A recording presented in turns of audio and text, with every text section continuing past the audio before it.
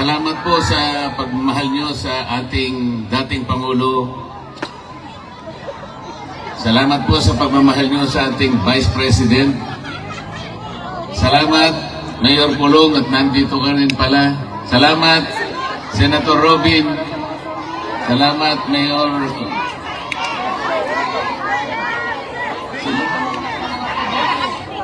Salamat sa aking kaibigan, Atty. Vic Rodriguez. At lalong-lalo na po kayong lahat na hindi nagmamaliw ang inyong pagmamahal sa ating bayan. Napaka-problemado po ng ating bansa, ngunit huwag po tayong mawawalan ng loob. Magsama-sama po tayo para ayusin po natin ang ating bansa. Akala ko po nung nag-issue ng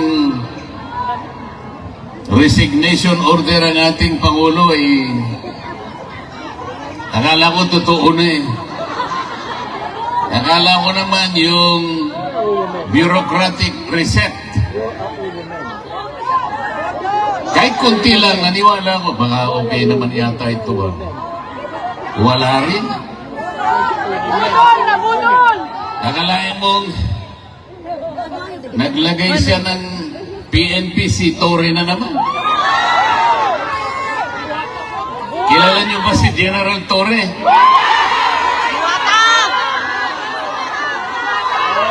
Si General Torre, bakit siya yung nagpanggap na representative ng Interpol? Hindi totoo yun, sapagkat kung totoo na nakipag-cooperate ang Interpol sa ating bansa, dapat sana nakausap niya siguro yung Pangulo ng Pilipinas o kaya yung DILG Secretary. Ngunit wala naman tayong nakita na representative ng Interpol na pumunta sa Maynila. Meron ba kayong nakita? Pagkatapos nung inaaresto si Pangulong Digong, pinakikita ni General Torre yung kanyang cellphone, yung warrant of arrest nasa cellphone. Nakakita ba kayo ng ganun?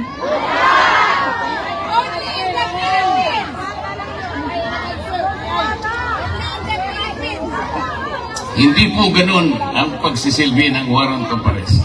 Dapat po yung representative ng Interpol ang pumunta sa Maynila, dala-dala niya yung physical copy ng warrant of arrest. Ganon po yung paraan, hindi po pinakikita sa cellphone. Yun pong counterpart ng Interpol sa Maynila, ito yung PCTC. Ito yung executive director, nandun dapat hindi nagpakita. Ang kanilang ginamit ay General Torre na walang kapangyarihan magsilbi ng warrant of arrest. Wala rin siyang kapangyarihan na bumasa ng Miranda warnings. Bakit siya na naman ang na-appoint na PNP? PNP chief. So, ang buong akala ko, pag pinagtatanggal mo, pinag-resign mo lahat, ang miyembro ng iyong gabinete, tanggalin mo na silang lahat, pumili ka na lang ng mas magaling. O hindi naman nata totoo eh. Tingnan po ninyo kung anong nangyari sa ating bansa. Yung ekonomiya natin, humirap na ng humirap ang ating bansa. Yung presyo ng bilihin hindi na maabot ng kinikita ng karaniwang manggagawa. Nag-aaway nga sa Kongreso ngayon eh. Kasi po sa taas ng bilihin, kinakailangan mag-legislate na lang na maitaas na yung sahod. 200 pesos per day, sabi ng House of Representatives. 100 pesos sabi naman ng Senado. Ang tagal na magdebate. In the meantime, kawawa ang mga mamamayan. Bakit hindi na lang nilagay yung 150 pesos na lang, i-legislate na yan, pansamantala man lang, makaabot-abot man lang yung kinikita. Hirap na ang Pilipino. Pagkatapos, hindi naman niya tinanggal yung mga economic managers. Nandun pa rin ang BBM. Nandun pa rin yung NEDA, pinalitan lang ang pangalan. Nandun pa rin ang, ano ba yun? Department of Finance. DOJ! Ay anong gagawin mo? Akala ko ba ang pangit ng ating ekonomiya? Akala ko ba ayusin natin? Ba't hindi ka maglagay ng matino? Naglagay ka pagkatas, tinanggal mo pagkatas nilagay mo sa ganito. Hindi po pwede yung gano'n. Pero kaya po tayo nandito sapagkat nandito ang taong kinikilala natin ang pinakamabuti, ang pinakamagaling na presidente ng Republika ng Pilipinas. Akalain mong dadalhin dito? May araw na ako. Yun po bang ating justisya sa Pilipinas ay hindi na gumagana? Is our judicial system in the Philippines no longer functioning? Is our prosecutorial system in the Philippines no longer able to function? Hindi po totoo yun. Umiiral, gumagana, umaandar ang justisya ng ating bansa. Kung nagkamali ang sinumang Pilipino, kung nagkamali halimbawa ang isang naging Pangulo, o dilitisin natin, edi husgahan natin, pero sa sarili nating patakaran, sa sarili nating batas, hindi sa batas ng ICC.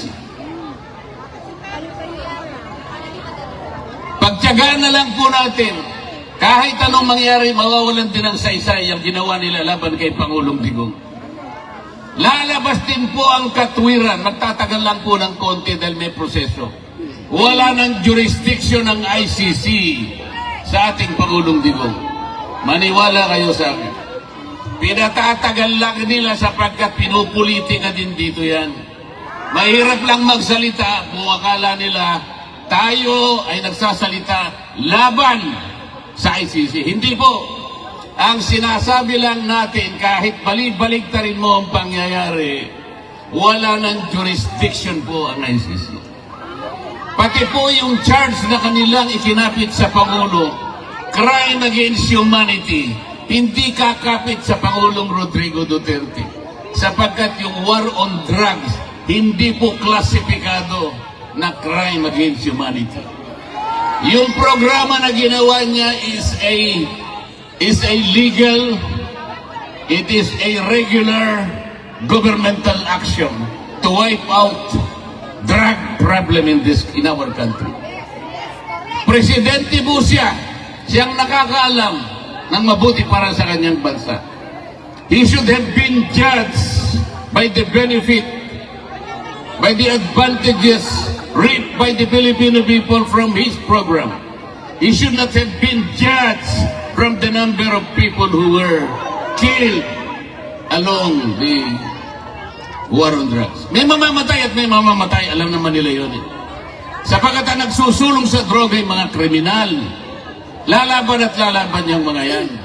Bakit kailangan mo siyang husgahan sa bilang o sa dami ng matay? Kailangan husgahan mo ang isang programa doon sa nakinabang, milyon-milyong pamilyang nakinabang. Ngayon, bumalik na naman ang droga.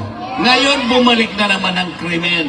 Kayo po ang nakakalam, ang mga kamag-anak nyo sa Maynila ang magsasabi sa inyo, bumalik na naman ang problema ng ating bansa. Kasi po, wala naman silang gustong gawin para ayusin. Salamat po sa inyong lahat. Alam ko po, isa po ako sa inyong ibinoto para maging senador ng ating bansa. Kahit nalayo po ang lugar na ito, alam kong nagpupulong-pulong kayo rito. Marami pong gawain sa Maynila. Ngunit kahit konting sandali, kailangan tagpuin ko kayo rito. Para personal po akong magpasalamat. Lahat po kayong lahat, binoto po ninyo ako. Kung hindi sa inyo, baka natupad yung survey. Akalain nyo naman, sa simula't-simula pa, number 36 ako. Hindi man lang ako umangat.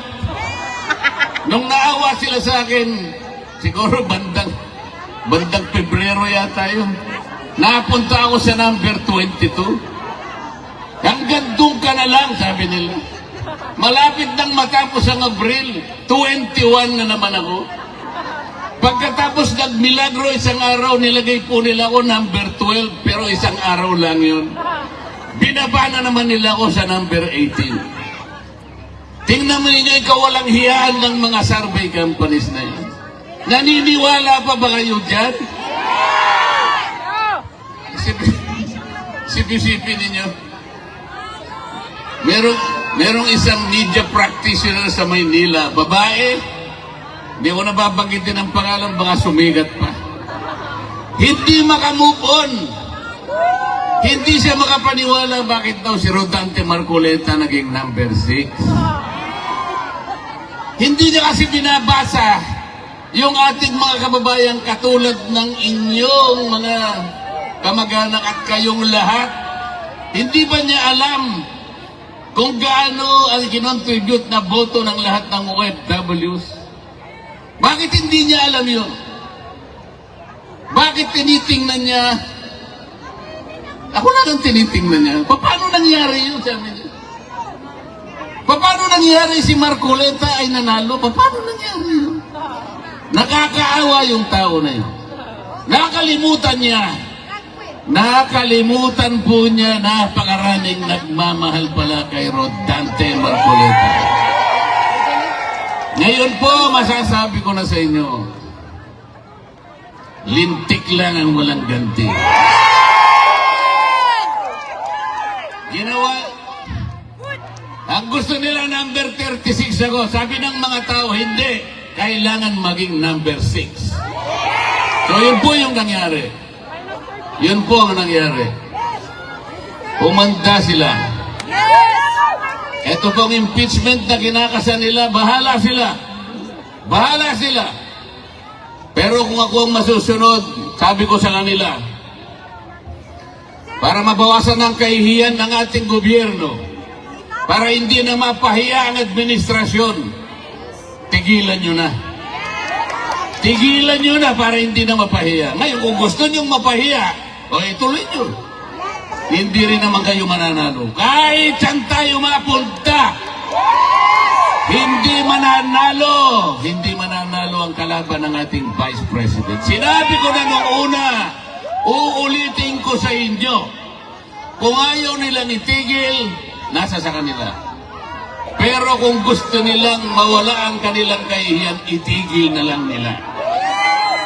Ngayon, ayaw niyong tumigil, purbahan natin. Sige, isulong ninyo. Pareho din naman ang mangyayari. They will not be able to remove the Vice President.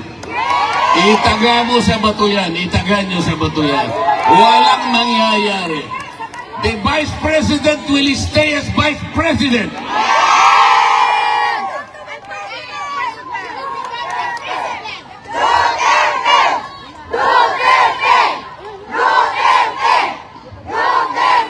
Malungkot lang po ako sapagkat bago ako pumunta rito, gumawa po ako ng request sa ICC. Payagan nyo sana ako kahit ilang minuto lang makausap ko ang dating Pangulo ng Republika ng Pilipinas. Nakikiusap ako sa inyo, sabi ko, sapagkat gusto ko siyang makita ng personal para personal kong sabihin sa kanya ang aking pagpapasalamat. Dahil ako po'y naging senador dahil sa tulong niya. Yes. Marami pong tumulong sa akin, ngunit siya ay malaki po ang naitulong niya sa akin. Naghintay po ako ng mga ilang araw. 1 linggo siguro o mahigit pa.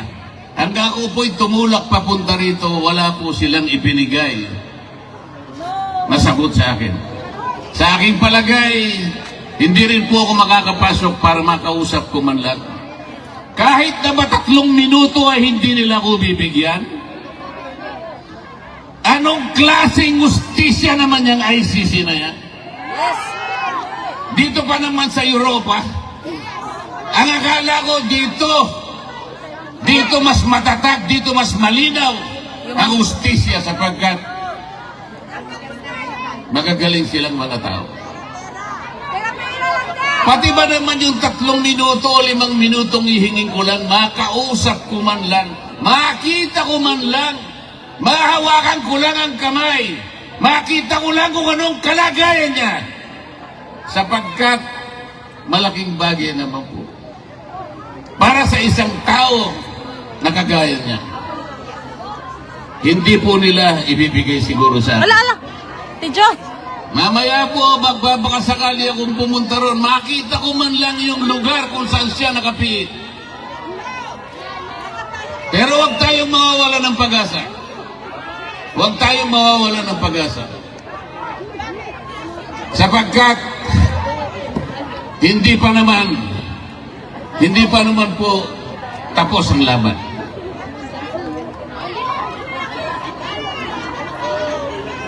Sa ngayon po,